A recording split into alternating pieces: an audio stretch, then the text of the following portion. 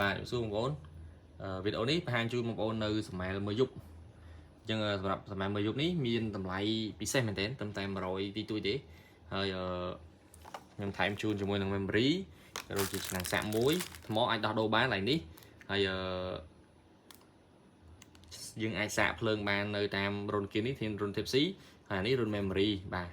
អាចសាក់បានគៀននេះមានកន្លែងឲ្យចាប់ពិលឬ laser អីបន្ថែមពីលើបាន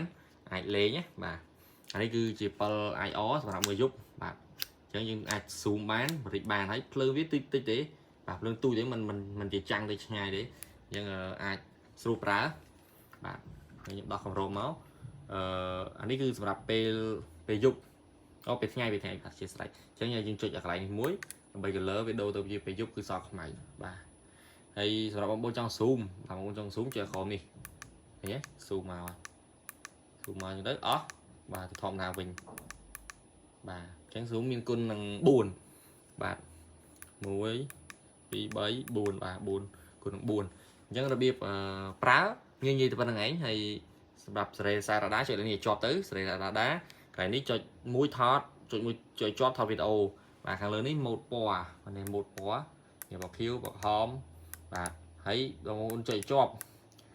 ទៅមានពណ៌ blue ទៀតណាយ៉ាងនេះតខោបៃតង blue តខោ blue QQ blue យ៉ាងហ្នឹងណាហ្នឹង